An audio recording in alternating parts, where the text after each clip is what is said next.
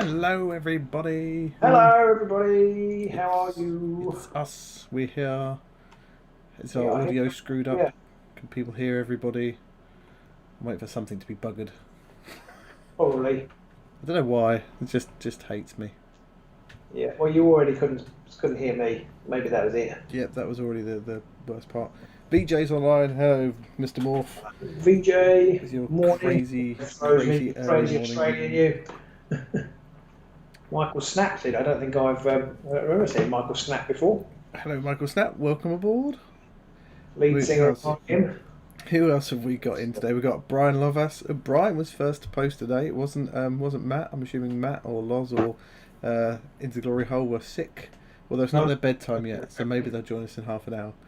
Somebody said I'm reverby. Rosa, Milky Paints, Mr. Marlowe, J.O.T. Again, I remember seeing you post for Jay. Welcome aboard. Michael Snap, VJ Morph. Hello, everyone. Michael Snap is pale in the Discord. Welcome aboard, one of our newest Patreon members. Good to have you on board, sir. Yes. Okay. He's pale inside and outside of Discord. A fellow Englishman. I'm echoey or reverby. Am I still reverby? Is it a problem your end or my end, Pete? There's always a problem with my end. Probably your end. There's always a problem with my end. I'll keep an eye on it. I'll see if I can work out what's going on. I can't see anything obvious that's causing a reverb. So, yes, we'll see how we get on. Maybe it's because in Australia. Long way to go. Could be. So we're here this week to talk about Hunters and Quarries, and the right way to spell Quarries, because I'm not sure if I've got the right one. Matching tops? No, not quite. Mine's just I was doing gardening today, so I've got my very old Los Angeles 1984 T-shirt on. It's not that old. It was 1985.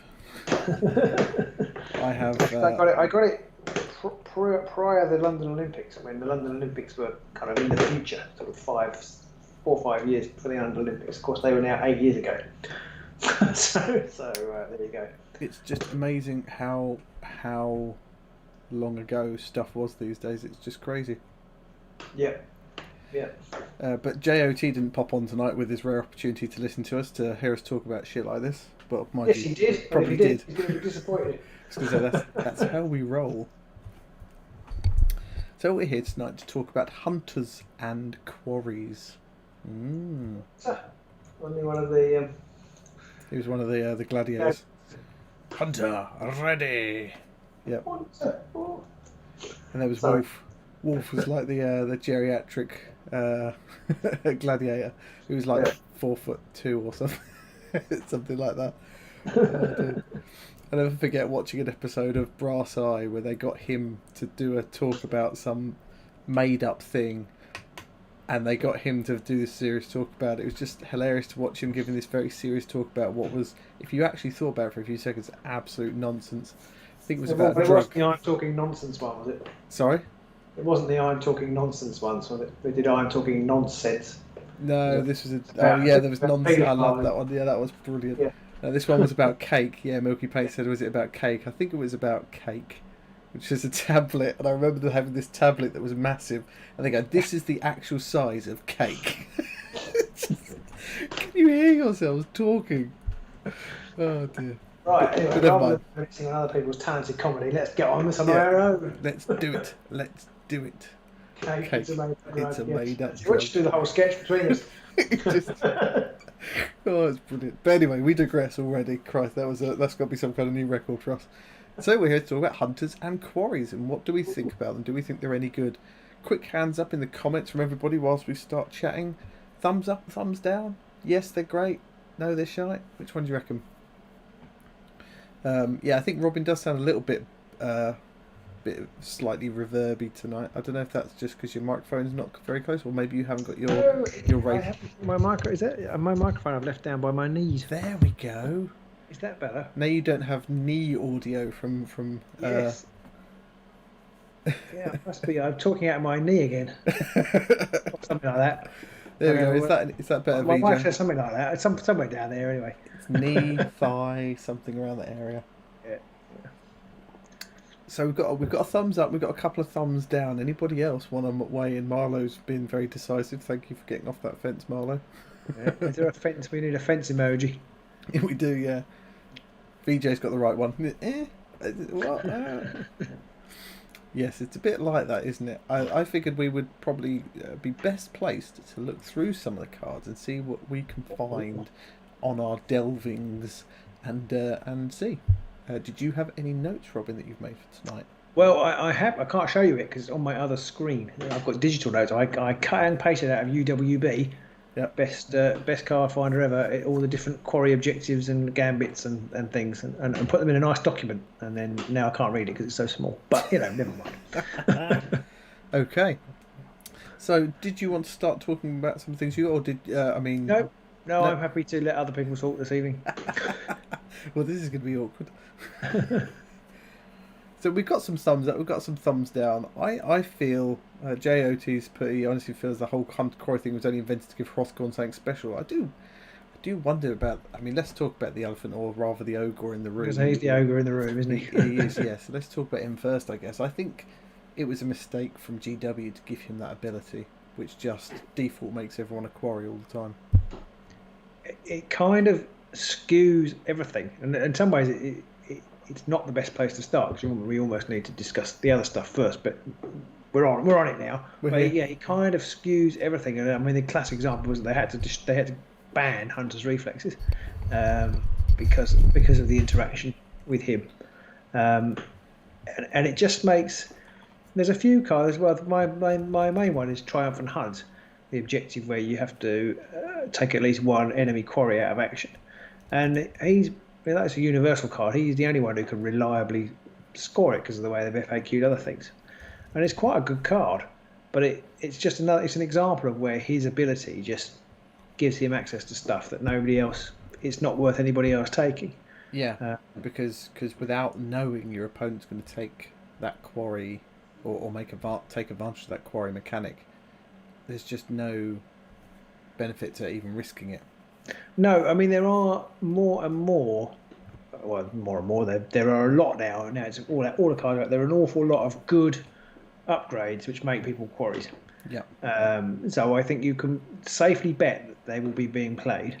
I mean, one of them is already restricted, isn't it? Cryptic Companion. Two actually, because those two, yeah, no, you're right, yeah. Instinct, Survivor Instincts, whatever it is, the one with Thug or the Orc with the thing on the front. Yeah, two of them already have been restricted. So you can't. That kind of the people are definitely taking these cards. So it's probably a reasonable gamble. But I think a way of making your opponent's quarries. I mean, to me that would make sense if you're going to have this thing. Okay, let's take out Hrothgorn for the moment. If you had a reliable way of making other people quarries, even if it was limited to the Hunter warbands, at least then they could go after these objectives which do reward killing quarries. So it's an odd way to have done things. Have one warband who basically makes everybody a quarry, and then for everybody else it's entirely out of your hands. And if you actually think about what being a hunter and a quarry is, nobody in their right mind thinks, oh, I'm going to decide to be a quarry and that will make me slightly better at doing something. It's normally hunters saying, right, we're going to hunt X down. We're going to hunt eggs. Don't hunt eggs. They're very that's my kind of hunt. I can catch eggs, and we're going to hunt them down, and the other bizarre thing is these ones where they do make there is a card to make somebody a quarry, isn't there? But when you've killed them, they're no longer a quarry. Yeah. Last time they're out of action, it's like, so you can't even get the triumphant hunt glory because it's sort of like, oh, we've killed our quarry. We've killed our quarry. Well, I can't speak. Put my teeth back in. We've killed our quarry. Oh, we'll go home now. We're not triumphant about that at all. It's just daft. Yeah, I feel that there's not really very much to warrant going after being a hunter. There are obviously upgrades that turn you into a hunter, but there's very little benefit from being a hunter as it stands. The only thing you get is that you get access to a few other restricted cards. Upgrades such as the Bard Blade and Net, which is an upgrade, but it's a so-so weapon. It's not great. The best one, the absolute best one, is called something like the Hunter's Trinket or something like that. Hunter's Talisman, which is restricted to Right. hunters, gives you +1 dice, and if the target's a quarry, you can re-roll 1 dice. You put that on Hrothgorn, and he is disgusting. Yeah, I mean And that's the other. Again, that goes back to the problem of Hrothgorn, doesn't it? Because yeah, that's way too good. yeah, Hunter Talisman is going to get restricted or banned because of Hrothgorn alone, and no other warband. Because no other warband, for the most part, is going to even bother taking it. I Yeah. don't think. No, no. Because even with the +1 dice on its own is nice, but you still have to be a hunter to get the +1 dice. Yeah. And it is all attack actions. It's not range 1 attack actions. It's all attack actions. But the target has to be a quarry for you to re-roll one of those attack dice. And the only way you can, as you pointed out, rightly make somebody a quarry is to use a card. So you've got to rely on getting both those cards out around the same time, or be Hrothgorn. Michael has pointed out that it might be good for the Kurnoth hunters, because quite a lot, most of them are hunters, aren't they? But you're still not getting the reroll. But it's crazy. It's awakened weapon and a +1 dice attack. There aren't very many +1 dice upgrades at all. Not many, no. They're normally one-shot ploys. Or they're to range pretty one much attack specifically for the best and almost most accurate fighter in the game.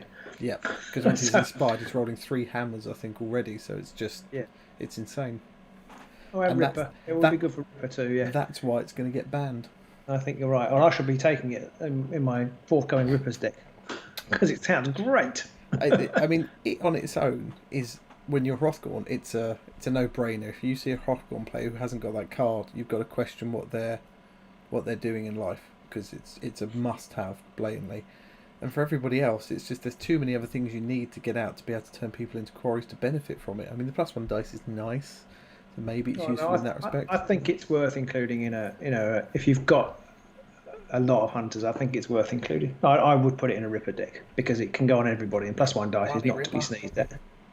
It's not to be sneezed at, and you've got the wolves as well, so it will give them +1. Yeah. So it's definitely good for them. And if you can get a quarry involved, or people are putting quarry upgrades on, then it's good. I mean, on Rippers, it would actually make you think twice about putting. I don't know. I can't think of an example off the top of my head. Just have a quick look. There must be some that make you a quarry. Yeah, well, there's Survivor's Instinct. Survivor's Instinct. Yeah, I'd think twice about putting that on Stone somebody. Form. Because if somebody's got Hunter's Talisman on and you put that on, then the +1 dice and re-rolling probably trumps your guard. But they've got the +1 dice already, so it's only giving a re-roll of 1 dice, so it's okay. Yeah. I think Lazarus's suggestion was actually much better that he's put in there. In some ways, he's saying rather than Hrothgorn making everyone innate quarries, he should have got some kind of innate hit versus quarries. Quite like that idea, but I don't think anyone would bother using it. Well, maybe they would, but I don't think anyone would bother using it at all. Then it would just be a nice happenstance every now and then when someone turns themselves into a quarry to be able to use it, because you've still got to rely on those ploy cards to turn someone into a quarry. Yeah, I almost think that they could have built it sort of going further back, taking it back even further. They could have split the warbands in half and had half of them had hunters in and half of them had innate quarries in, and then you could do things with cards that upgrade it. So it was a whole overarching mechanic for the whole of Beastgrave. Because as it is, it's kind of like some of them have got them hunters, but some of them haven't, and it's not really clear why. Yeah, I mean, it doesn't really make sense. The Daughters of Cain, for example, it doesn't really make sense that only one of them's a hunter. They've all move fast and kill things. It doesn't matter. The archer lady's got a bow, so therefore she's more typically a hunter. But I don't think it's. I don't quite know. It's a bit arbitrary as well, isn't it? Yeah. I wonder how they. It must have been during playtesting something that they decided that, obviously, but I don't know how they decided that. Michael Schnapp said, "Have they printed anyone with quarry?" No, nobody is a quarry. It's because she's got a snake. Sorry. Yeah, no, there's nobody with an innate quarry. I kind of feel like they should have given hunters some kind of innate benefit against quarries in general. Like maybe an innate single success on attacks or something, or maybe a re-roll of a dice or something like that. Something to actually make a re-roll, or even possibly a +1 move.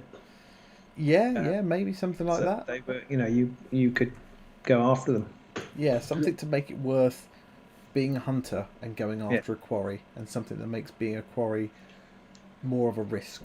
I mean, ironically, I quite like the idea behind Hunter's Reflexes, which is that you can get closer to the quarry. But obviously, it was obviously broken. Yeah, Because the way it was implemented, it would almost have to be almost like Crackmarrow's Ghoul Call thing at the start of a turn. You can push towards a quarry if you want to, something like that. Yeah, it needed to be something a bit more generic rather than something that interrupted the reaction step, because once you had that reaction step interruption, it absolutely broke so much stuff. Yeah, it did, because it stopped a lot of things happening. I mean, conversely, you could say there ought to be a thing where a quarry can move away from a hunter at the end of a turn. Well, that's what I wondered. Maybe there should have been something that said that if you're a quarry, you can't stay in a hex next to a hunter unless you were attacking them or something like that.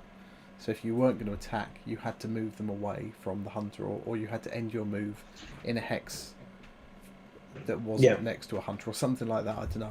I couldn't work it out. Jay says he finds it annoying that one hunter in the Blade Coven has an objective which is almost made for her, but requires her to be a quarry.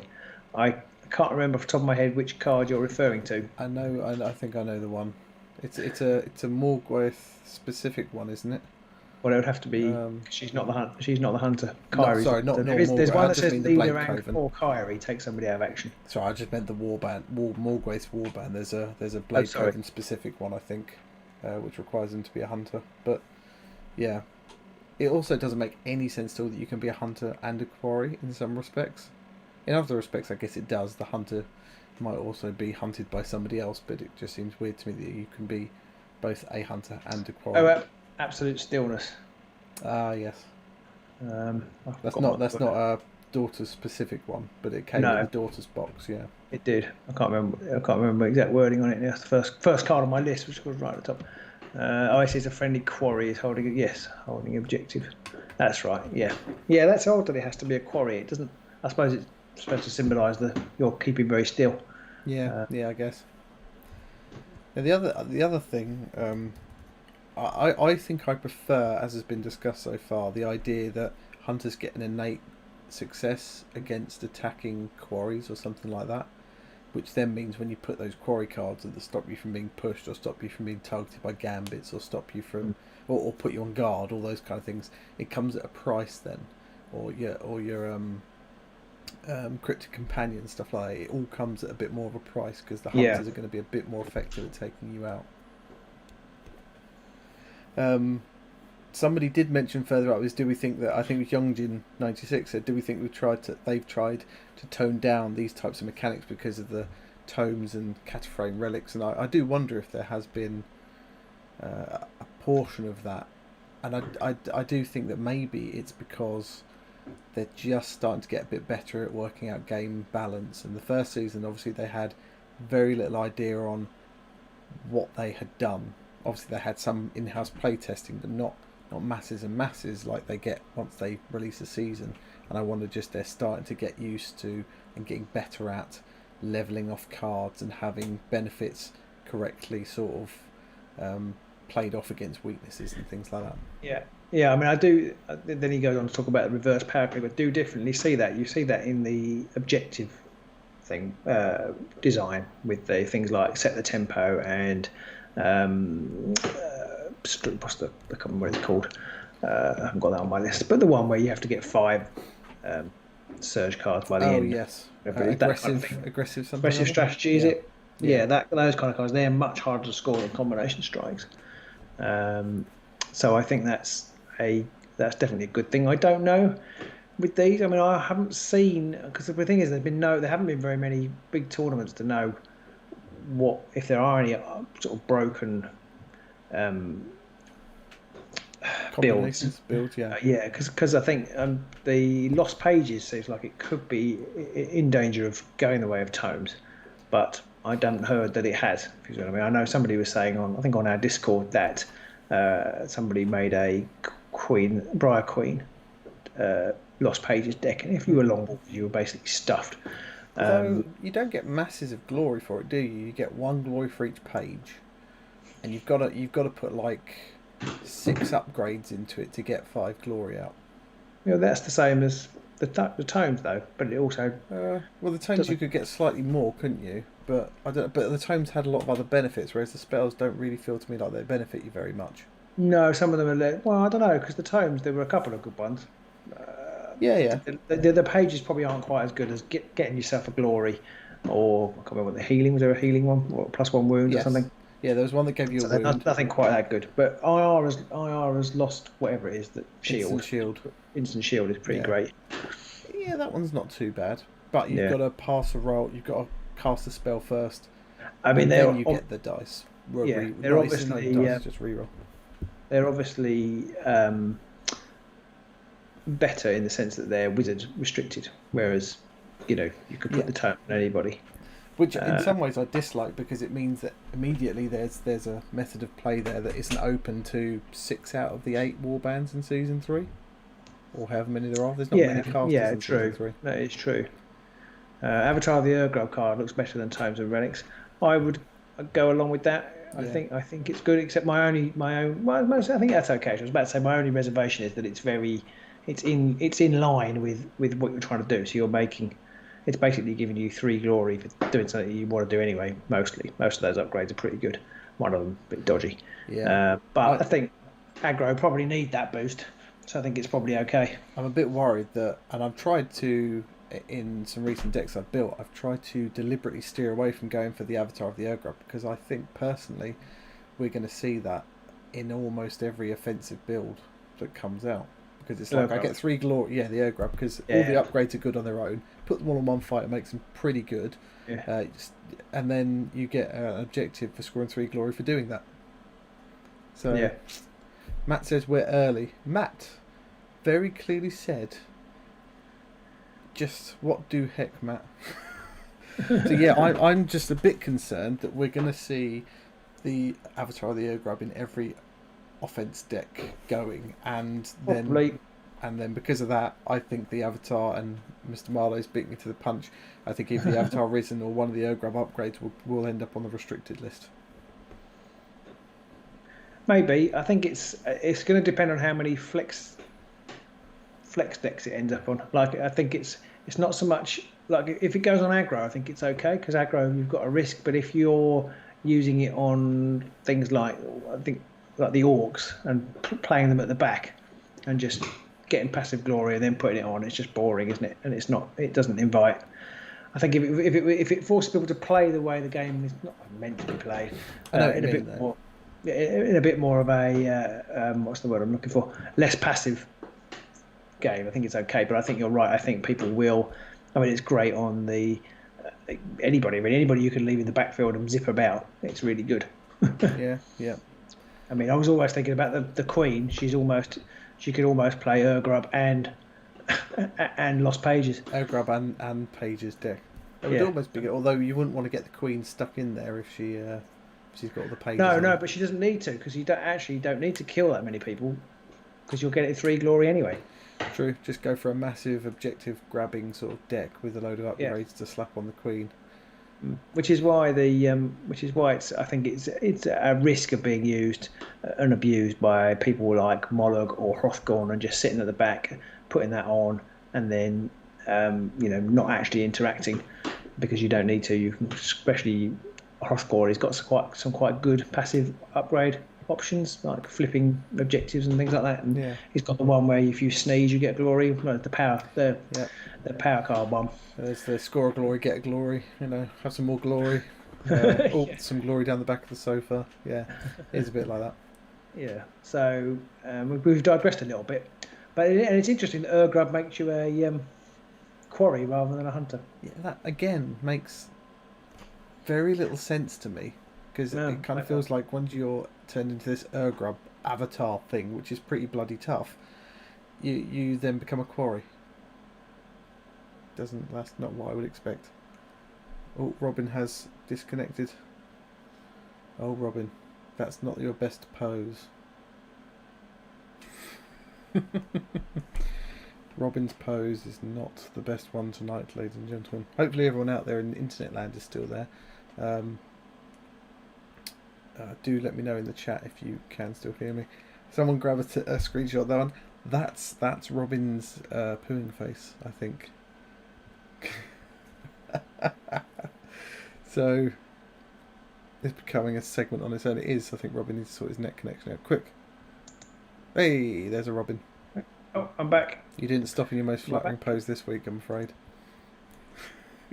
No, well, but the one I've stopped on isn't too bad.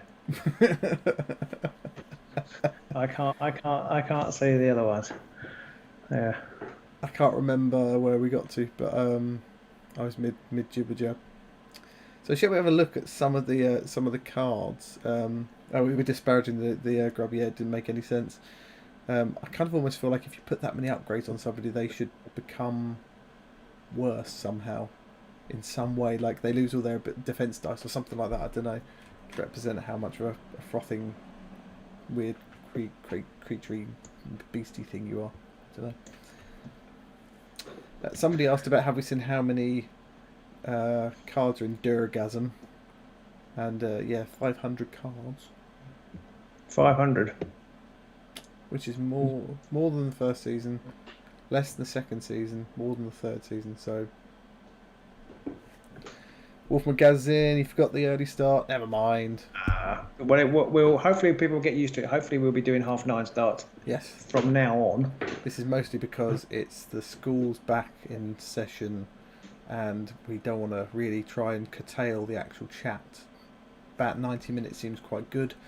So we figured if we could start half an hour earlier, then we don't finish nearer midnight. That's the thing. Yeah. Yeah, it's all right until the kids get clubs or something and have to be picked up. But we'll see how we go. Yeah, Wolfman, as we are all getting old and getting tired past 11, yes. And then quite often Robin and I might meet on a Wednesday, so we're up past 11 on a Tuesday night chatting here, and then we're up past like 11 o'clock near midnight playing games the next night. So. Of course, the Australians aren't happy about it. As VJ said, we're going to kill him. Yeah, sorry about that. We're not doing 2 live nights. I don't know what Pete just said there, but no, Pete and I meet on a Wednesday or a Thursday. Yes. And stay up late. Yeah, we're up till near midnight gaming on that night as well in the garage. Yeah. So Pete's even later because he has to drive to my house, which he seems to like doing. He's been over every bloody day this week. He's pissed off.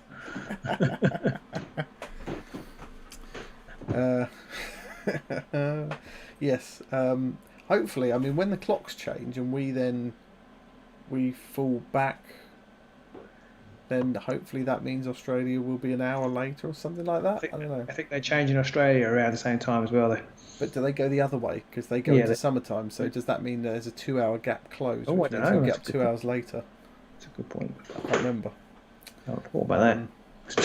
That's done my ending. I can't do that. Let's go. Hunter Quarries is fine. Yeah. Matt was just saying that they were when they were at the garage. Matt and Loz, they were there till near midnight, and then they had to drive home at 6 a.m. the following day. Fun. Yeah. I'm sure Australia doesn't have daylight savings. I'm sure it does. I'm sure it does. VJ, let us know, Mr. Morph. Sorry, I keep calling you VJ, but I shouldn't. So, anyway, we digress. What a surprise. So Hunters, I think that there's Hunters and Quarries. I think that the problem with Hunters and Quarries, it's good that they're not too invasive to the game, because it means you don't have this game-breaking mechanic that they have to then ban, because it's always a shame when you see them ban something, because it's like, well, time and effort went into this thing and now we can't use it. The problem is it's kind of a bit too much the other way, and like no one really bothers with it apart from the odd card here and there. Well, it's one of those things that people obviously do bother with the quarry cards, but there's no downside to it. I think that's probably the biggest disappointment for me, is that there isn't actually, although it's called Hunter and Quarry and you can make yourself a quarry, it doesn't mean anything apart from it means you get some cool effects. How would you? Well, I've got a few good questions here. Let's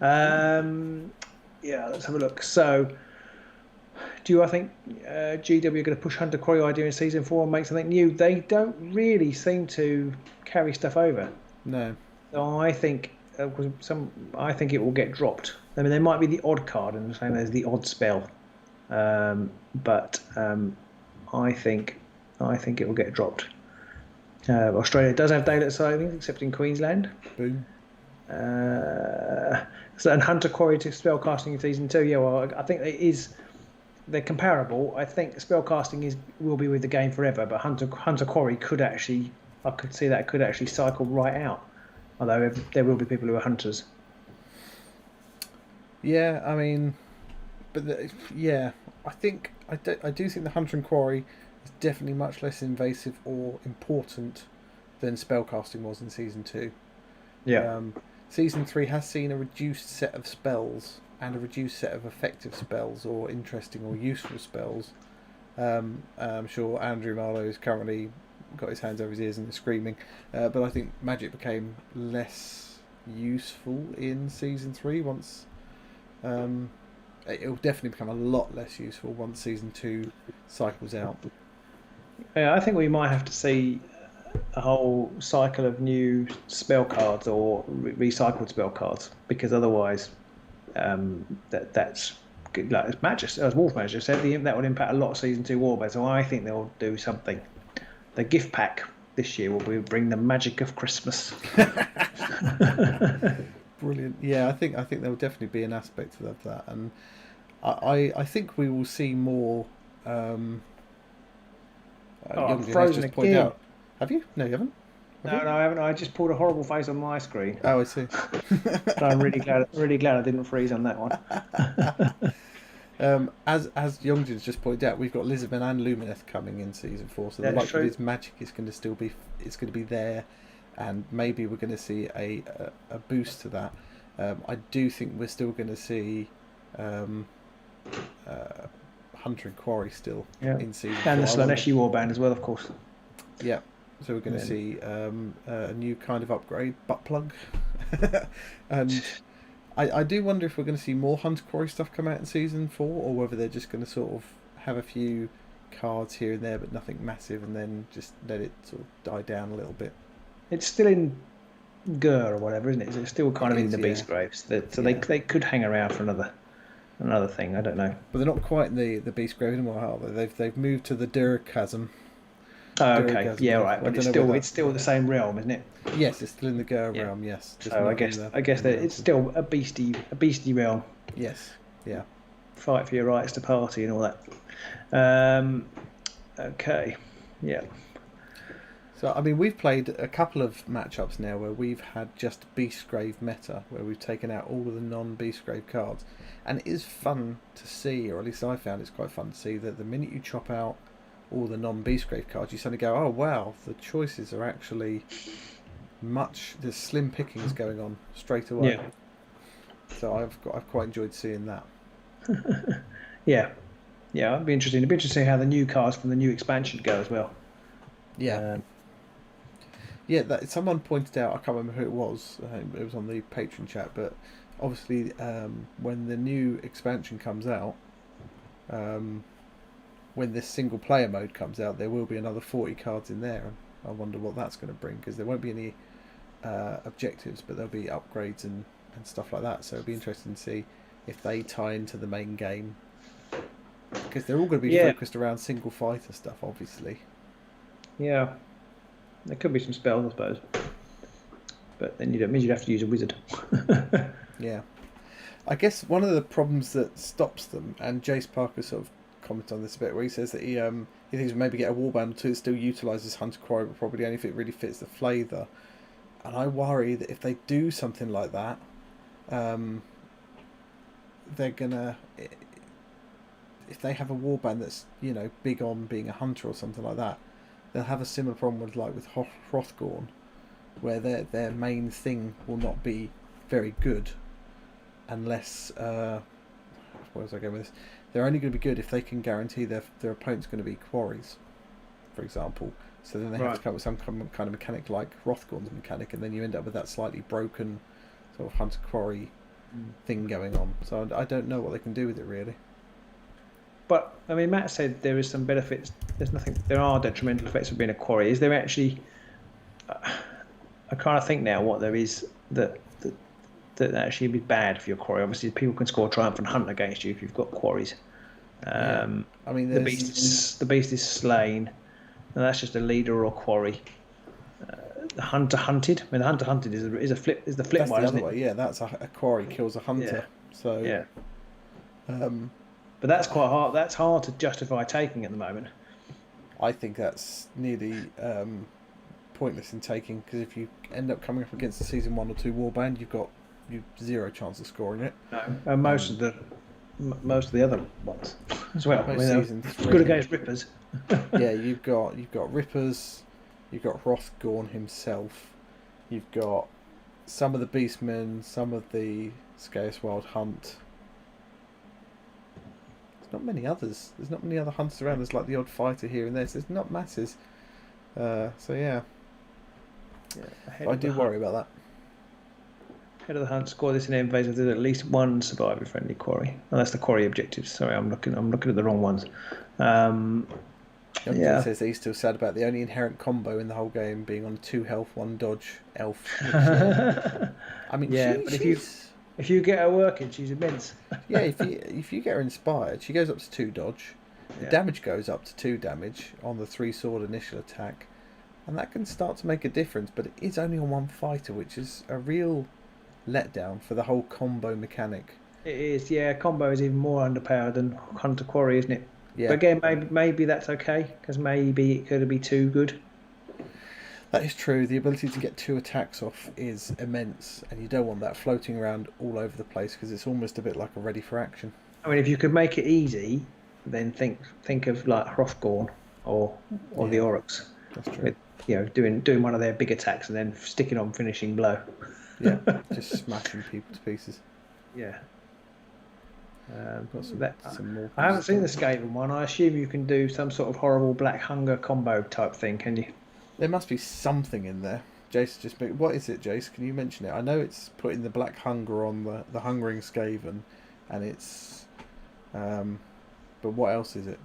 Because I know he gets an attack, and then he'll get a reaction attack there. So I guess, but the problem is his initial attack doesn't have combo. So I guess. But if you have the combo, because there's quite a good combo. I used it on you in our Grimwatch game.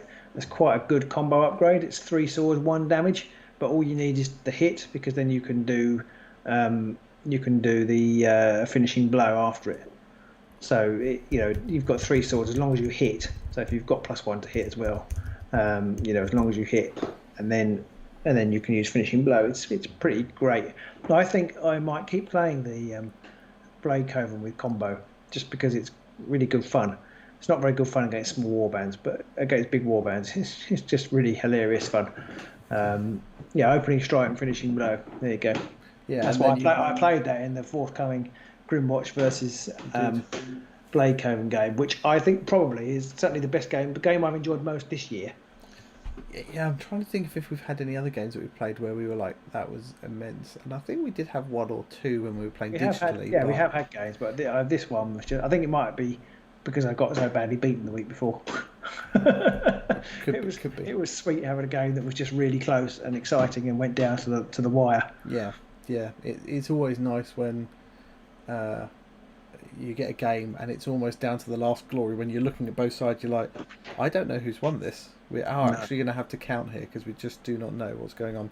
There was so much glory. There's so much glory. It was ages to count it all. I think there was. I think the sum of those 2 games was probably the highest scoring 2-game match we'd ever played, or 2 matches we'd ever played. Yeah. The glory, total glory at the end of those 2. We played 2 games. It was like somewhere in the 80 something, wasn't it? It was insane. It was crazy. Youngjin's just said about that the reaction attack where it's 1 sword and you attack for your opponent. I can see that getting banned very soon. Only because of its crazy interaction with itself. Because it's such a wank explanation. They're just going to go, fuck it, we're just banning it because we can't be bollocks to come up with something for this. I don't think it's a great card. I don't think it is. I don't think it breaks the game very much, but it's just got such a shit combination with the 2 things and duelist speed as well, which effectively makes you immune to range 1 attacks. I think they're just going to block that, which makes me think, who the fuck play tested that? That's a really glaring issue there. Really glaring.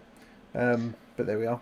I do wonder what the Black Hunger and opening strike, finishing blow thing will be like, because you can potentially, if you're up against a multi-fighter warband, get 2 or 3 attacks off each with opening strike and finishing blow.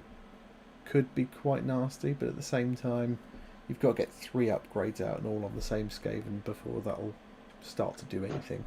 Persistent blow is basically rebound, but as an upgrade. Is it? I suppose it is. Yeah, I suppose it is. A rebound? Is it? It's not really, because it's nowhere near as bad as rebound. Yeah, there's nothing more disgustingly annoying than hitting with that souped up 4 damage attack for your opponent, then go fuck yourself. Yeah. I mean, rebound's still in the game, isn't it? It's just a restricted card. It is still in the game.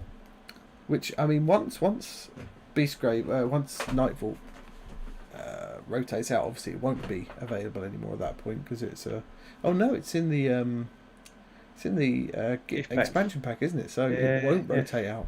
And once all the other Nightvault stuff rotates out, you get much more slim pickings when it comes to restricted cards. Rebound could start to make more of a presence again. I think we've made a gentleman's agreement to not play it in any of our matches, just because it's such an annoying card. The rebound uses a single dice sword roll to negate an attack and then 1 damage. Yeah, well, rebound was bad because you couldn't do anything about it. The person just flattened you. Especially if you were playing something like Godsworn Hunt or anything where it was quite hard work to tool up somebody, and then you charged in with them, and then you killed the person you wanted to kill, and they just used rebound on you and killed you flat back, and so their person was still alive and you were dead. This only does 1 damage, and it's actually you get a defense roll as well, don't you? So they've got to hit with 1 hammer. Is it 1 hammer or 1 sword? It's 1 sword, I believe. 1 sword. So you've got to hit, and that I don't know what the odds of hitting a 1 sword attack. 33, isn't it? 33%. Yeah, but you can defend it, can't you? Yes. Yeah. Sorry. So, Hit you. So, yeah. It's quite unlikely, and you're not dead afterwards. So okay, they might be able to push you back. You're not dead afterwards. So yeah. I mean, if they've got finishing blow afterwards, I'm not sure how that works. That could be horrid. Yeah. So I do see that card getting banned just because it's got wanky interactions, but. I mean, back to being Hunters and Quarries again. Sorry, yeah. There's not very many upgrades that are available to Hunters that are must-haves. No. There's nothing really that makes you think, upgrades, certainly. I really want to upgrade my fighter to make them a Hunter, to then give them this card. I mean, oddly enough, there's one card that's called Hunter's Will, which is after the quarry moves or is pushed from an adjacent hex, you can follow up that quarry's move. It's restricted to hunters, but it has a picture of Morgok on it. I mean, he's not even a hunter. Why would you do that? Makes no sense at all. You've got Predator's Instinct, obviously that makes you a hunter, and it gives you rerolls. You can reroll 1 dice in attack rolls against targets that are quarries. That's kind of almost what I feel like hunters should have had to start with. Hello, Kyle. Carl's in the house. Andrew hopes that's in the commentary when the card is banned. Just wank. Persistent blow is banned because of wanky interactions. Yeah, that would be pretty cool. I guess the only other thing that's worth taking right now, if you are a hunter, is something maybe like Trophy Belt. That's okay. But again, and I guess that might become more prevalent once Nightvault rotates out and you haven't got the Tome of Offerings anymore. Yeah, I think we'll all be glad when Tome of Offerings is gone. Yeah. You only get I mean, the thing about Trophy Belt is you get a glory, you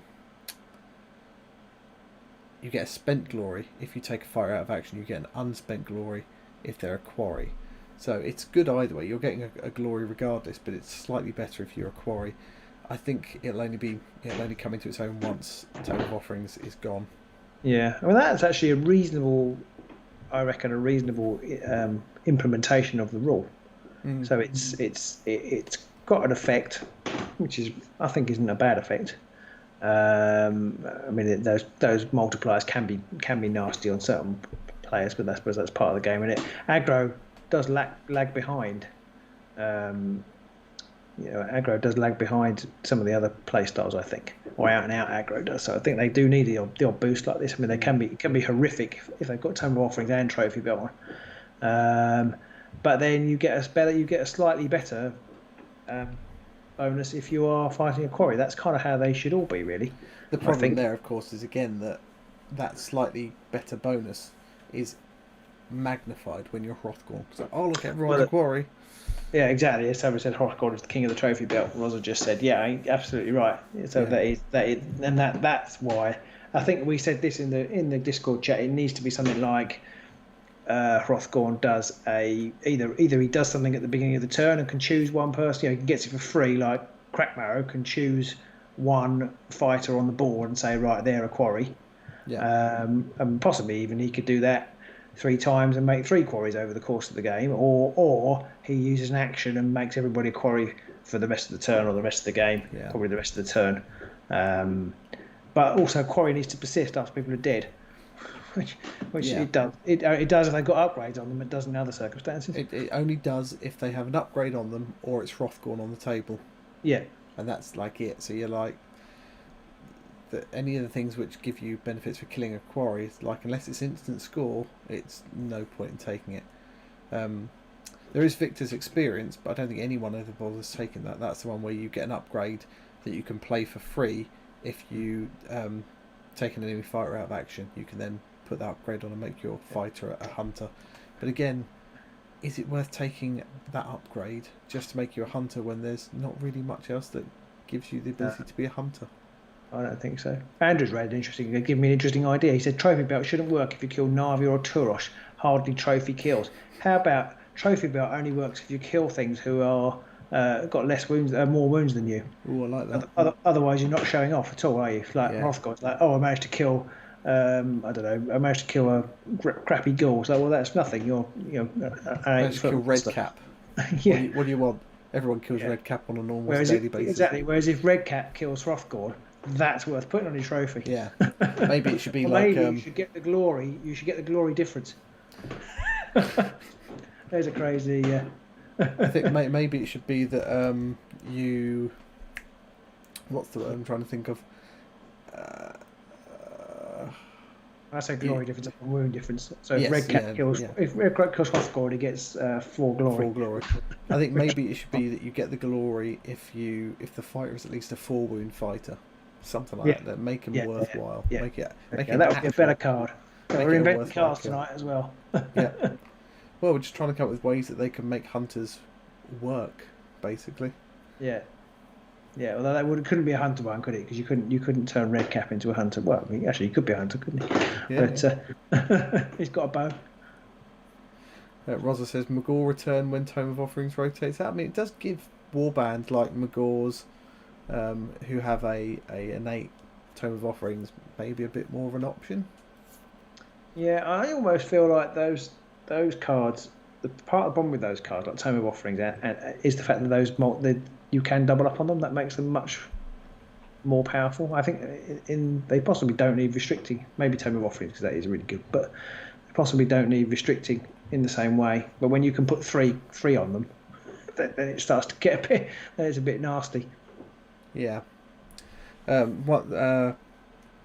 Jay pointed out that the only reason to take Hunter's Experience would be if you're playing the warband with a wizard leader and looking to score Master of Many Paths. You've done that, haven't you? Didn't you score that once? I did score that once, yeah. So I took an upgrade. It was just a specific upgrade because I didn't really trust Fecula to take somebody out of action, I think. So I just took the upgrade itself and paid the glory because I figured I might as well.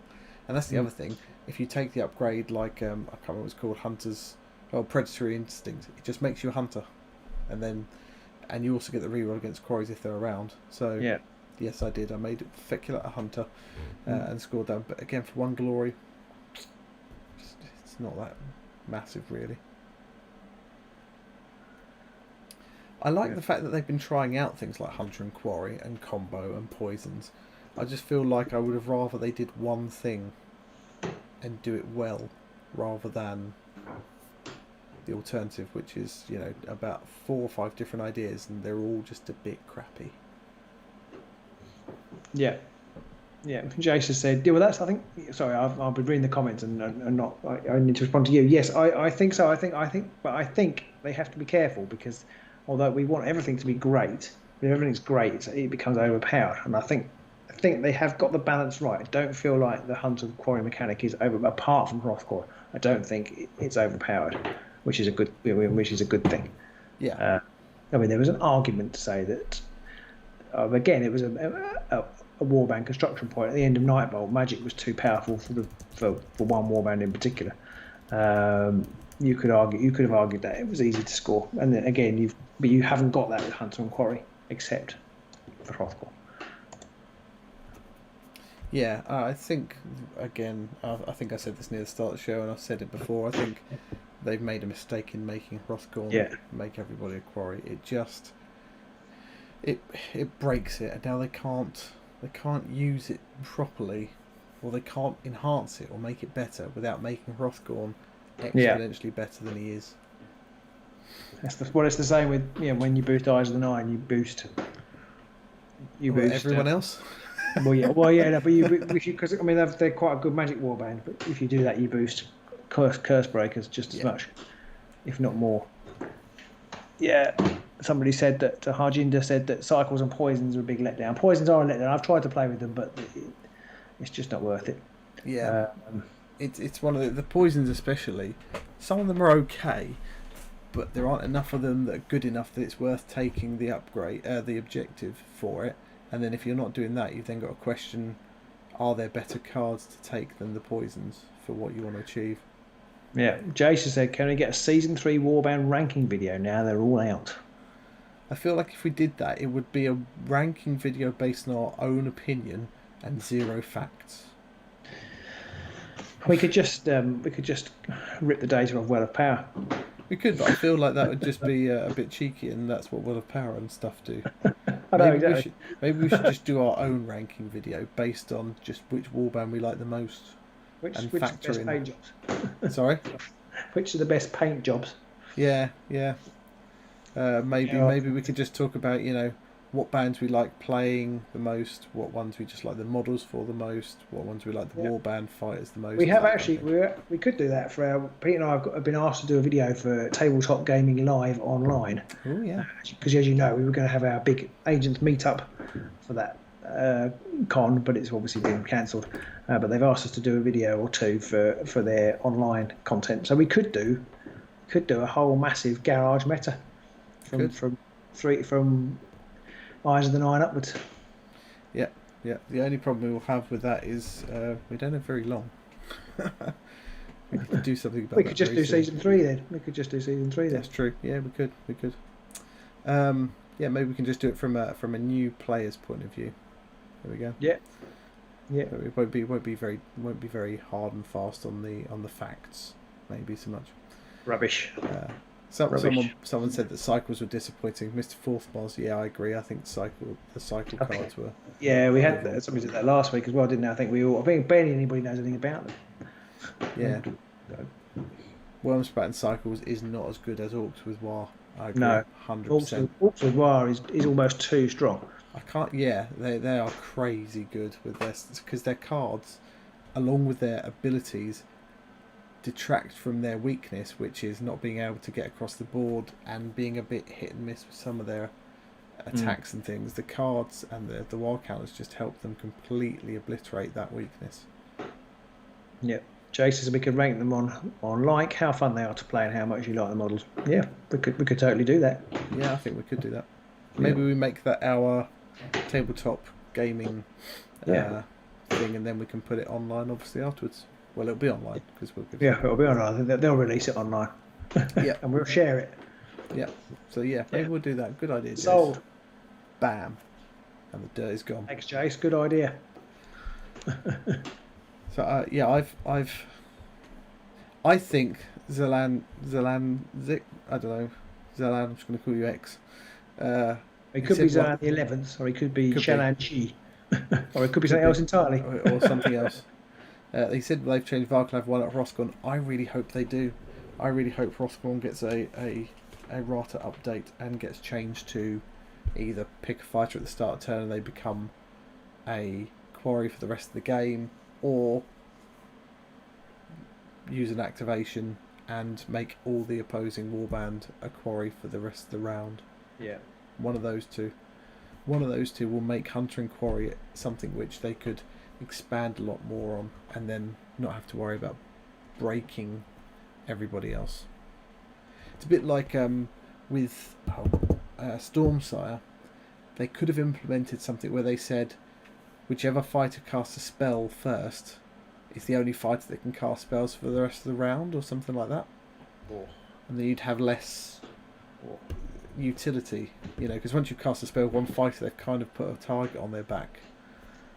Yeah. That kind of thing. Interesting. I feel like maybe they could have got around the Stormsire problem, maybe with having some sort of wizard upgrade for other fighters, for other magic warbands. So, so you could make Navi or Turosh a wizard, for example, even though it's completely against the law. Completely against the law. Don't even know why you've suggested. That's ridiculous. Oh, no, sorry, I'm going to go and eat a bar of soap in a minute. Makes no sense at all. Zero law to back that kind of thing up. Tzeentch followers being into magic. Nonsense. Jason said, of course, the best model released during Season 3 was the limited edition Battle Damaged Agents of Sigmar mug. Who got that? I can't remember. I got a feeling that the person who won it never claimed it because it's still in my garage. Oh. Yeah. Brilliant. We probably ought to try and remember who that was. Or we realise it was a broken mug and no one cares that much. Well, I think that was possibly. I think what happened was, I think the prize was around the time of lockdown, things going to crap, and not going out or asking anybody else to handle and post a broken mug. And then I think in the crazy weeks that followed, it got forgotten. Yeah. Josh De Silva says, sorry if this would have been covered, but any thoughts on whether Hunter and Quarries will be good or bad in the multiplayer expansion this month, or is it too soon to say? Not a clue. I suspect that it won't feature really at all. No, I don't think so. I'm putting my money on the fact that the 40 extra cards coming out will have nothing in the way of Hunter or Quarry stuff. I don't know how it will work. I think you wouldn't want to become a quarry. I can't remember how the Arena Mortalis rules work, but you wouldn't want to become a quarry if Hunter's Talisman is out there. Because +1 for attack actions and then rerolling against you seems pretty bad. Yeah. So I wonder what we'll get, because it's only ploys and upgrades, obviously. I don't know how upgrades are going to work because there's no glory. Well, there's no objectives, at least. I can't remember how it worked in Arena Mortalis. We've never played it, have we? Because there's only 2 of us. I think Arena Mortalis worked that if you died, you got a glory and you were resurrected again. Oh, okay. So if you died a lot, you had the chance to put lots of upgrades on, and then you became more dangerous and could kill other people easier.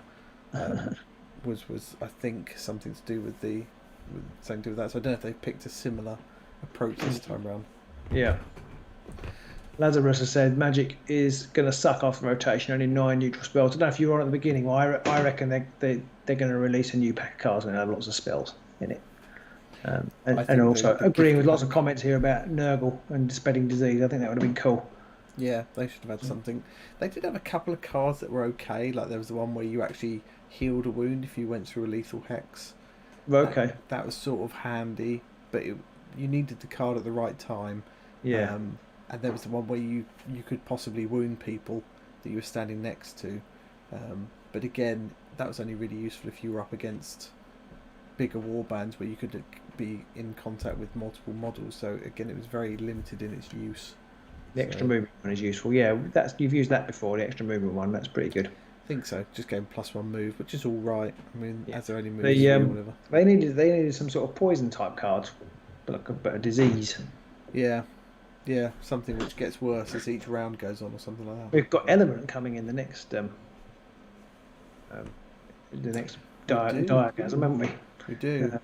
Yeah, I don't know what that's going to do. I mean, it could be like if it's like a whole periodic table thing. I'll be in my element. Says he hopes we get more aggro support. I feel like aggro is not doing too bad now. I certainly think that objective holding has suffered a lot in recent times. I think it's a brave person who has an out and out aggro warband nowadays. Well, yeah, So you can bring it with some aggro, but you need some passive or some objective you're gonna have that flex play in there, glory aren't you? to kick it off, I think.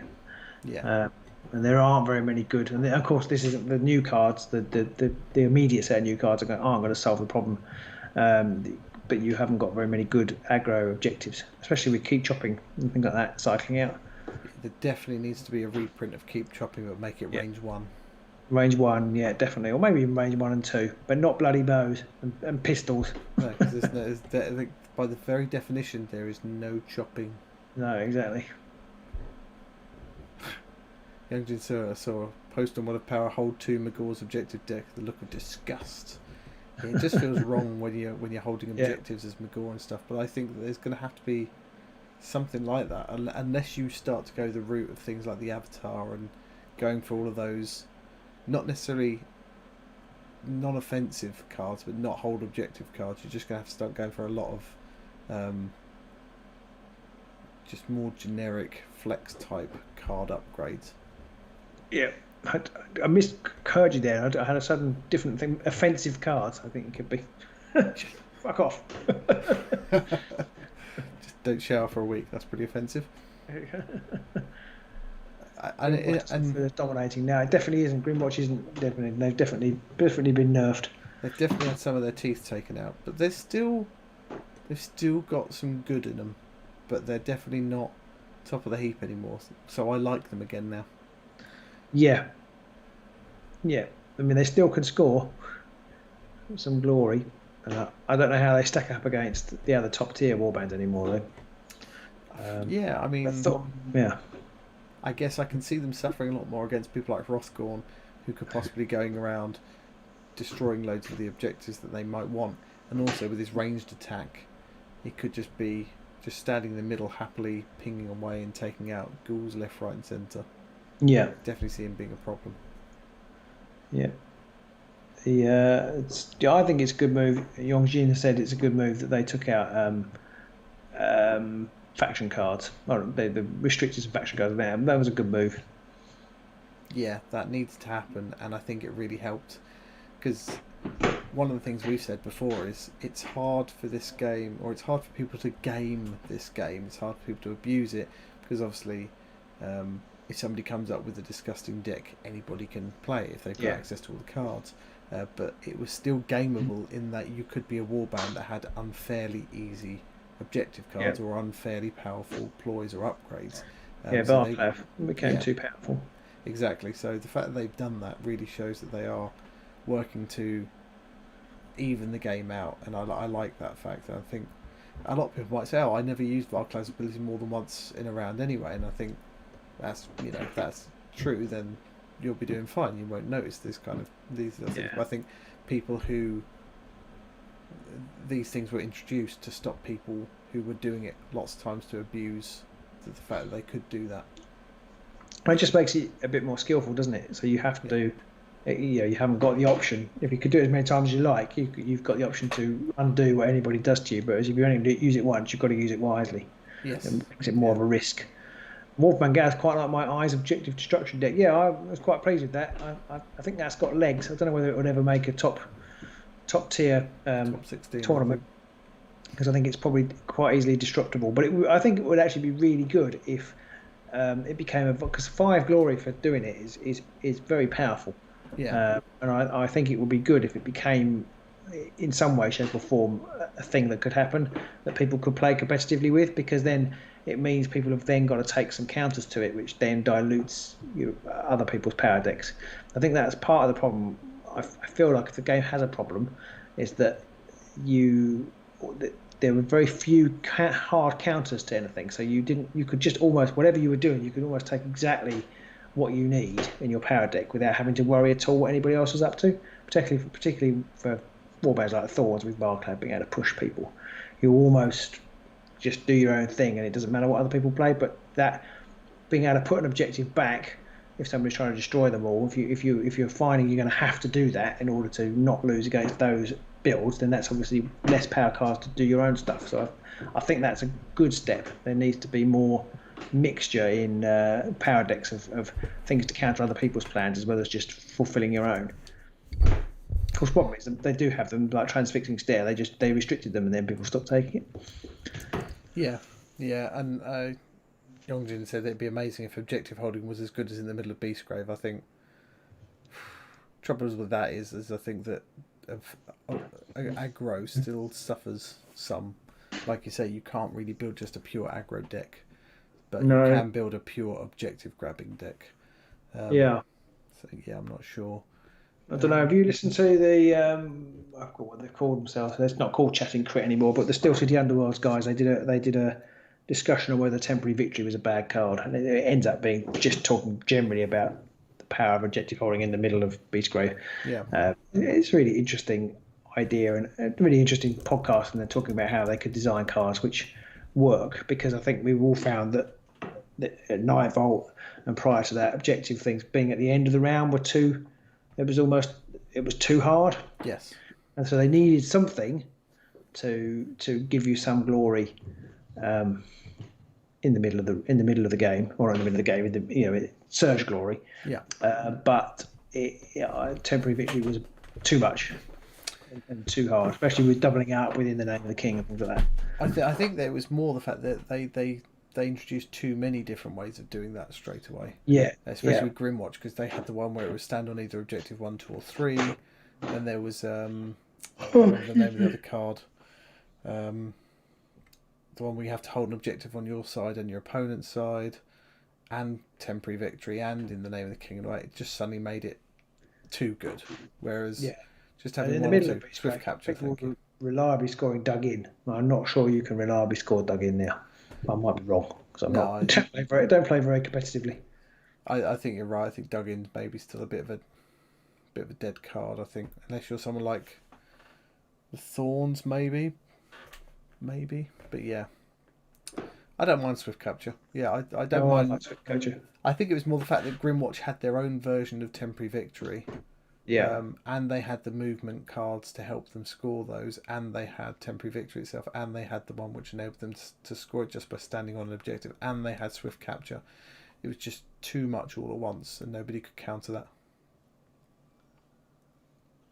Jonathan Grant says he finds Warhammer Underworlds online so hard because objective in the invade is too hard to score, so not upgrade. Yeah, you need to get as many reliable surging as you can. Yeah, you need Jonathan, and if you haven't played in the earlier stages, I don't know, I can't remember, you're fairly new to the game, aren't you? I think there was a time when it was crazy in Night Vault. They weren't restricted, you could have as many as you liked, and it was a bit easy. But yes, reliable surge cards are the key to success. Yeah, you need things like change of tactics. Of course, confusingly, they're not called surge cards in Warhammer Underworlds Online. They're just score immediately ones. Yeah. But yeah, you need as many reliably scoreable ones as possible. Yeah. Getting that balance can be really tricky, and I think that your best bet if you want to play hold objectives in online is probably either Thorns, maybe Sepulchral Guard, and Skaven. I think. I've never thought I'd ever see anybody say this, but Jace Parker would like to see a new batch of Stormcast. Yeah. Well, that's a controversial opinion. I'm actually kind of with you. The only ones that are still playable are the Curse Breakers. I totally see where he's coming from on that. Because the Curse Breakers nobody likes apart from Matt, and nobody plays the others really. Steel Hearts are outmoded. Fast Riders I still think are great, but I've never played them. It's probably about 2 years since I played them. And when I do like my Condemners, when you have to roll hot. If you're rolling hot, then they're the best warband to have at the time. I do like my Condemners. They're just good fun to play. When you're rolling hot. If you're not rolling hot, they're terrible. Yeah. Yongjin said BJ will be happy never to see another Stormcast warband. So there we are. There are the Castigators. Are those the ones with the great big crossbows, Jonathan Grant? Because I could see maybe they could do like a slightly. They're the ones that chop people off all the time. They could do like a bit like a remake of Fast Riders / Thundrix, where you've got an all-range shooty sort of warband, but maybe less fighters but more damaging attacks, possibly, or something like that. And they've got Gryph-hound. There is that set of models that has the 3 and the Gryph-hound, and everyone thought that they were going to be the ones in the in the next version. What was Beastgrave in the end? Beastgrave, well, because the dog as well. Well, not the dog, but the Gryph-hound as well. Gryph-hound, yeah. Yeah. Youngjin said, did we see an uptick in plays in Underworlds Online when it was free to play? There was. It got up to like into the 130s, 140s. The problem being is the minute the free to play weekend was done, it kind of started. It hasn't dropped off again completely, but it's certainly not stayed at those numbers, which is worrying. Yeah. Lots of calls for Skaven. Rosa's playing it right now. Good luck, Rosa. Yeah, It's currently slightly offended that you're doing that, but I guess you're young. You can do 2 things at once. Multitask. I mean, looking at the numbers right now, it's at this time before, during the free to play time at 9 o'clock, there was around about like 150, 160 people, but 2 days later, there's now like about 40. 37. I'm going to go with. Yeah. I guess 37. 37. That's an unerring guess there, Robin. Very accurate. Yeah. So it's gone up. I guessed it in a slightly Welsh accent as well. But it did drop to only 11 to 12 players during its quiet time, instead of like the 40s and 50s that it was before. So it's not looking great right now. I need to play. I need to get back on. Not that that's going to bring many more people in, but I need to get back on it. I mean, I played a couple of games the other night. I streamed a couple of games, and that was good fun. It's always nice to get back into that older meta. Oh, Andrew. I hope it was stopped because of pandemic and not because your girlfriend's left you. But don't laugh yet. He hasn't replied. Feel like, no, she died or something like that, and then you're really going to feel bad. Yeah, I am. I hope that is just because of the pandemic. Andrew. Oh, it's next year now. Thank God. So it's next year. Phew! Thank God. Ha ha ha! Now we can joke about it. I had a feeling that there was going to be that. I didn't think Andrew would just blow that in the chat. Maybe you just finding the right way to tell us. May. Also, we never got an invite. Yeah, where's our invite, Matt? Andrew, sorry. I'm reading Matt's comment. And so, yeah. I got married in May. So, got a year to find someone else. So. Ho ho ho. So, well, I can recommend May as a time to get married. Jonathan Grant says that playing Underworlds Online is helping him to understand the rules. I find it's great and it's terrible at the same time, because it'll do stuff without you knowing what the fuck's just happened. And so I'll be playing it, and then the dice will get rolled, and then someone dies. I'm sitting thinking, no, wait, I rolled a crit, and then it takes me like 20 seconds to go, oh shit, I put light armor on them, or something like that. Yeah, and I used to find that when I played. And I don't know if you've seen our how to play videos, Jonathan. Hopefully you have. They might be of some use as well. Yeah.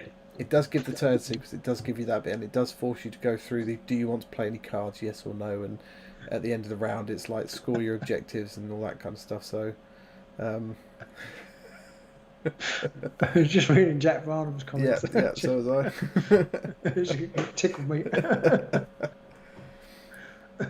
So I think overall, I think where we've got to on the Hunter and Quarry side of things is it wasn't as good as we'd hoped. There's no massive benefit for being a hunter unless you happen to be of a Hrothgorn shaped mass. There's no point in taking it. A few pounds on over lockdown. I thought it's just you getting buff from Joe Wicks, getting all hench, as the kids say. I think overall, most people aren't bothering to take any cards to make them hunters. Most people aren't bothering taking any cards that rely on killing quarries unless they happen to be Hrothgorn. Yeah, and most people aren't bothering taking upgrades that help you when you're a hunter unless. You happen to be, again, of a Hrothgorn shape, or maybe if you're someone like Rippers, where you've got 3 hunters in your warband, something like that. Rosa, I will not stop. I am a dad. I am going to do as many embarrassingly bad dad jokes as I can, because I'm street. So overall, I don't know whether I just want to see... hunters and quarries die a death and just pretend it never happened, sweep it under the rug for season 4, or whether I want to see them double down on it. And I can't decide which way they're going to go yet either. No, sorry, I've just remembered a really bad dad joke I heard this week.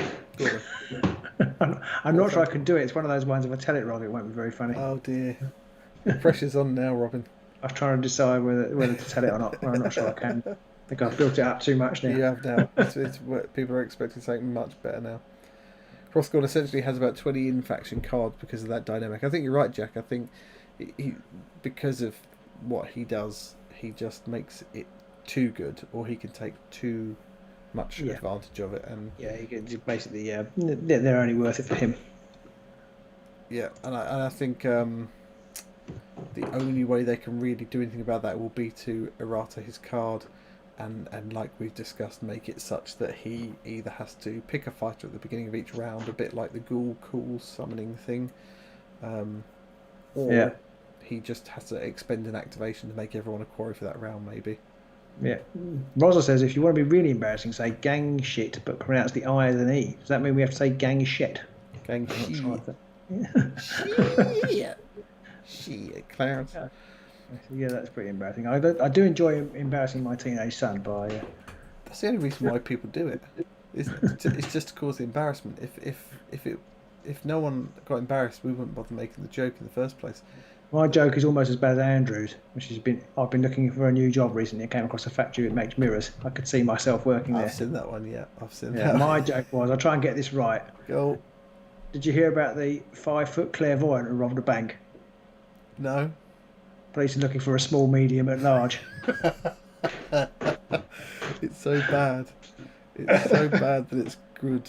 That's why you tell these jokes. They've got to be terrible. If they don't make you groan, then you've missed the idea of the joke. I don't think that's always been the way, but there we go. We did actually get a question during all that. Oliver Borden, who's probably already got that bored was a really good question. and wanted us to talk about actually what the channel's about, and now he's fucked off because we're doing just shit. It asked about what do we feel about the state of the game for people entering the game for season 3 or 4. I think it's I think it's in a good place, and I know it seems a bit overwhelming because it's like, there's all these war bands and there's all these cards, but come December when Durgasm comes out, Durgasm, Shallowgrave, when Durgasm comes out, you're going to lose all of the Nightfall cards. You just got all the Beastgrave cards, and then Durgasm. And you could possibly not even bother about the old warbands. You could go after some of them if you really fancy them. But I think it's actually in a fairly good place. I'm hoping the rules just get tighter as season 4 comes around, and I hope that just because the play's not changed greatly. There's not masses of difference or more complex things going on. So I think it's in quite a good place right now. I think it is. Well, obviously, apart from the elephant in the room not being Frostgorn this time, but being COVID-19, it's gonna. If people can't get to play in tournaments, it's gonna struggle. But the actual mechanics of the game, I think, are in a good place. And I would say to anybody wanting to pick it up that probably, unless you're a completist, probably not a good time to pick it up. If you just want to get stuck in, then I think at the beginning of a new season is always the best time to do it. Yeah. And I think going forward, the design team are definitely showing that they can learn from their mistakes. So they are, well, not mistakes is the wrong word, but they've things haven't always worked well, and each time something doesn't work, they revisit it and improve it, which is what you want in a game. Of this nature. So I feel like going into 3 and 4, it should be, I think on balance the game is better each iteration. So 4 ought to be better than 2, and than 3. So I think it should be better. Yeah, and I think right now is the best time to get into it, because you can still just play with the Beastgrave meta if you're not playing ultra competitive, and right now there's not many competitions going on, so you can very easily play non-competitive. So now is almost a really great time for it, especially with Durgasm coming out soon. And And people might say, oh yeah, but you've got to buy the game and 6 warbands, and that's quite a high ceiling. We don't have to buy all the warbands to start with. And as far as GW games go, it's probably one of the lowest entry level costs for one of their games, aside from maybe Blood Bowl. So that's another plus for it. And like you say, the only worry right now is what COVID-19 will have done for it. Yeah. In a game that is, pegging itself as a competitive game, if you can't compete, what good is your game? Yeah, that's the issue, isn't it? I mean, Jonathan said that people will still buy it for the miniatures, and I think people will. I don't think it's got that hobby element that the bigger games have, sadly. But it's got a really. I think in some ways and we talked about this last week. We were talking about competitive games. The tournament scene is almost better at the moment in some ways. Although there's less going on, there's people from all over the world playing each other and kind of informing each other's decks, and kind of you've got almost like a global meta that you don't normally get, because people are normally concentrating on their local tournaments. Which means if you have one person that absolutely dominates a local area, it's not very much fun. But if that big fish in that small pond suddenly finds that there are small fish in a very big pond, it means that everybody's got to work that much harder. And I think that's when you do start to find your number ones and your best players, and they're the ones who regularly appear in the top 10s, and we are starting to see some people who are doing that. But the other thing I like is the fact that we're still seeing a mix. You're seeing some familiar names up there, but there's still a mix of different warbands, different players coming out, which is always good to see. Yeah. On top of the cost being low, Season 2 cards going to rotate by the end of the year.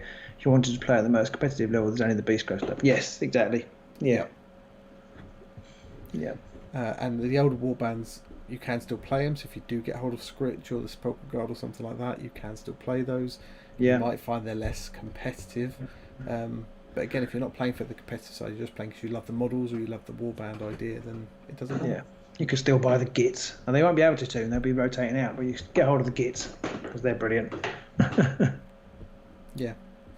And of course, worst case scenario, you can still buy the warbands online, and all the cards are available to download, so you could just print out the ones you want and sleeve them. And people probably are. It's a fun. Jack was talking to an employee at a local games workshop who said that Underworld seems to be a bit of an entry gateway game to revamped factions in AOS, which kind of makes sense. As you said, the first Seraphon stuff for ages, and they do tend to get new bits and pieces, don't they? In a small hit. I'm trying to see, you get a nice little group of models, and a lot of people like it because you can just get. You might not want a Fire Slayer warband, but you can get the Chosen Axes, and then you've got your 5 little fairly dynamic pose models and all that kind of stuff. But I don't think I remember a warband coming out that heralded a new army. But maybe they've started to tie those a bit more together with Dirgegasm. Maybe. I suppose the Lumineth are kind of tying it together, aren't they? But then the army's out. The army's already out. Well, there's the new event that's coming up, which is like Lumineth versus Slaanesh, isn't it? Oh yeah, that's true. So maybe they're trying to tie them in a bit more. So we know we're getting Bone Reapers. Do we? Getting Bone Reapers? Do we know that? I mean, maybe we are. You know something we don't. I think the logo's reminiscent of Bone Reapers, isn't it? I seem to remember. The previous logos have had very much to do with any of the warbands. True. Slaanesh is coming. Well, that is definitely true. We do know that. I am looking forward to Slaanesh, the only Chaos warband not represented, so I'm interested to see what they're like. Yeah, I'm trying to visit. Will there be an AOS coming off the army soon? I don't know. We've not seen an AOS Banoffee tracker army, so I don't know. Maybe. Every logo has been reminiscent of Bone Reapers. Yeah, well, that's true. It doesn't make my comment any less valid. The difficulty is stopping Slaanesh from coming. You can't. You just have to, get the umbrella out. I am looking forward to the Slaanesh. I don't know. I'm not really that looking forward to the Lizardmen. I'm not a massive Lizardman fan, so I'm not looking forward to those. Wash your mouth out. You go and eat the soap now. You have to love Lizardmen. It's just the law. I remember when they first came out with Bretonnians. That's not when they first came out. No. But when Bretonnians got re-released in Warhammer with Slaanesh, and it was sorry, not with Slaanesh, with the Lizardmen. It was just, I don't know what it was about them. I wasn't that intrigued by them at all. I find it's a good and a bad thing that the AOS armies have such strong visuals, because it generally means that you either love something or you don't like it at all, which means there's less pull to want to collect multiple armies. Like back in Warhammer days, I could see me collecting nearly any fancy army out there apart from High Elves. I loved them all for various reasons, but now because they've gone one step further in AOS and they all have a very strong theme, which is great, I can look at an army and almost immediately go, I'm not interested in Fire Slayers at all. Just don't interest me. Yeah, we don't play AOS anyway. No. I can't get behind these new massive models now. I appreciate the artistry in them, but they don't really appeal to me. They're just a bit too much for me. I think that's the classic way that things are going now, isn't it? That modern games are becoming much more giant centerpiece sort of things. It's almost like everybody's got to have a Titan. Yeah, it's a bit like that. Yeah. I don't mean everybody. I don't mean everybody who's playing. Every army got to have a field of Titan almost. It just seems a bit much. I'm not going to touch the favourite warband question because I'm going to wait. We're going to do our little rundown maybe for our Tabletop Gaming Live thing, and we'll leave that for that. I think. Yeah. Pete, why aren't there very many stand-up comedians who do routines about steak? Why? Because it's a rare medium well done. Oh God. I went to a pub the other week and there were a couple of bits of meat hanging from the ceiling. The barman said to me, if you can jump up and slap those bits of meat, you can drink for free. But if you miss, you've got to buy everybody in here a drink. I said, I'm not doing that. And he said, why not? I said, the steak's too high. Oh no, someone's already put it in there. Damn it. Didn't see that. There you go. Yeah, those two yours. But there you go. There's the terrible joke from me this evening. So I think that's probably where we need to call it a night tonight. I think so. People know how terrible our jokes are. We've hit that level. I'll come back next week with a whole new set of terrible jokes ready and waiting. And we might be doing a giveaway next week. Why me? What? We're going to give away our joke book. Yes. Pete and Rob's dad joke book. We're going to give away. Got a giveaway. They're in here. Oh, we have got a giveaway. Yes. We have got a giveaway. This isn't just a baggie of drugs. We've got some nameplates from Versatile Terrain. Genuine night goblin mushrooms. Dried and ready to take in. So, 100 viewers inbound, Rosie, you are right. We're going to be giving away the 2 warbands and the 2 sets of nameplates. Woo! Nameplates! You're being attacked by some kind of moth or something. Yeah, it was. It was exactly that. So there we go. That's what we're going to be doing. That will be driving the traffic. Yes. Yeah, that's pretty much the only reason why we do it, so people turn up and watch us. No, that's lies. 36 of you lovely people in tonight, and it's really lovely to have. It's kind of almost the same people every week now, and it's really nice. It's just a chat now. I've got our little community going, which I really enjoy talking to. I do hope you like listening to us burble on about nonsense, terrible wordplay, terrible jokes, and coming up with our own version of our own view on things that have nothing to do with whether something's competitive or anything like that. Just a generic don't be an arsehole kind of view on the world, basically. Okay. Just wish you'd practice what you preach. Never. No. Would that trend have started with the Grey Knights, Nemesis, Dread Knight? Yeah, possibly. I just feel like now I think it's because they're doing new things with their plastic, aren't they? They've worked out they can do amazing new things with their plastic, and pushing that to the limit. But I know Techless has been very divisive, but it's just that I feel like we're at the stage with some of those models. Like, just because you can do it doesn't mean you should. Yeah, I don't know how the fuck people are going to transport Techless ever. Jack Varnum blames the Baneblade. I didn't mind the Baneblade so much because they were just this great big heaping tank. What I did object to was when they started to go a bit, I don't know if it's manga or what it is, but like there's the Grey Knight thing and the person in the great big super suit thing just did not look like Space Marines at all to me. It just looked, it just broke from all of the imagery that they had, and I didn't like it at all. And there we go. So I just sound like a typical 40k hater. That's all I'm going to say. So I don't know if we'll have to do. We might not do the giveaway next week. Think about it because we need time to prep and we've got to do a little video to let everybody know. But we will be doing a giveaway soon for the warbands and the nameplates. So do keep an eye out, and all you lovely people already have liked and subscribed and all that stuff. But if you haven't, do that, Yes. and then you won't miss a thing. No. BJ does not like the Texas model. He says it's ugly. And Will that giveaway be UK only? No, I don't think it will. I think we could possibly stretch to further afield with that one because it would be. We seem to have found some reasonable postage. What do you call it? Options. Options, yeah. And Matt, Yeah, if you're especially still... because with the warbands, if you are abroad, we can probably get them shipped maybe from your hometown. That's a good so to point. speak. Yeah, we only have to ship the nameplates. Then we can just get the model shipped from nearer. And Matt, I've got this. I found it. I just need to at some point post it. What is it? I missed it. That. It's Garcore. Ah, okay. Cool. Bought that. Don't know why. Never any intention of painting it. So there we go. Right. It's not you occasionally, but you won't win if you're not in England. Good luck, sir. couldn't possibly say. Where did we get our inspired bases from? The Hobby Hermit on Facebook. Yes, Hobby Hermit. Do check him out. He has inspired bases for our inspired faces. Here you go. I'll quickly post the link in the chat. Oh, you're so good. You're so good. You're so up with modern technology. I am.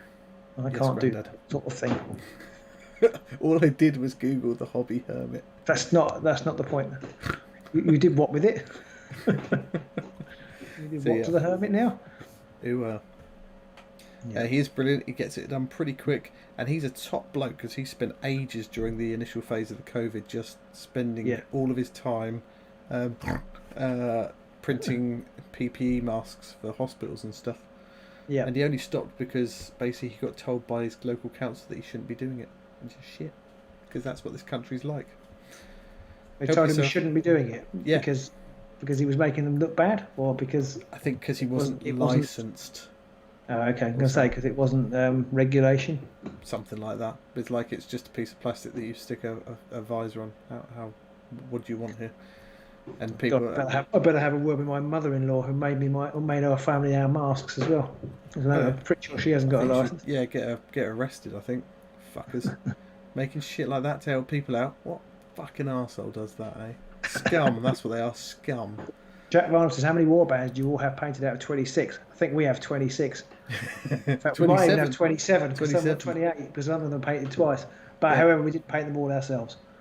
Yes, so, most of them didn't actually get painted by us, but we are very lucky. We didn't have people like Ed and Tom and I've forgotten his name. That's terrible. The person who now isn't Brandon. It is Brandon. People like that, we wouldn't have lovely painted warbands. So thank you, everybody. Never contributed to ours. So we are very fortunate on that one, and it means that the channel can look even better. And then we've got double HD 4K cam as well. Oh, double HD. Which I'm not sure if they've come out on YouTube yet. I don't think the first videos come out on YouTube, so look out for that. It'll look cool. John Grant's painted half of them. I assume work. Painted half of them rather than just each one down the middle. Just left-hand side of one, right-hand side of the other. Trying that new fancy fire technique that Tom used on our elves. Yeah. Well, it means you've only got to paint about a third of a model then. Yeah. And we've got the new table set up. Looking forward to all that. New table, yes, we're going to try that out. That's double 4K, Matt, not double HD. Double 4K. Boom. Yes, you're right. Double HD.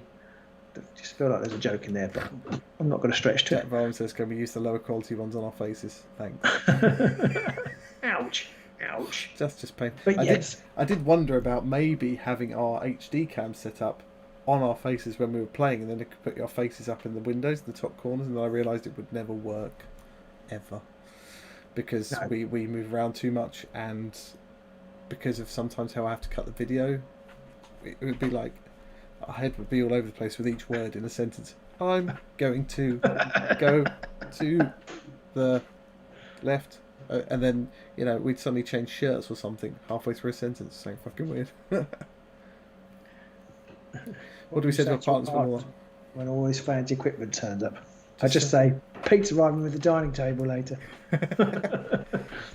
My wife's like, why are you buying a dining table? I've got to put it in the garage.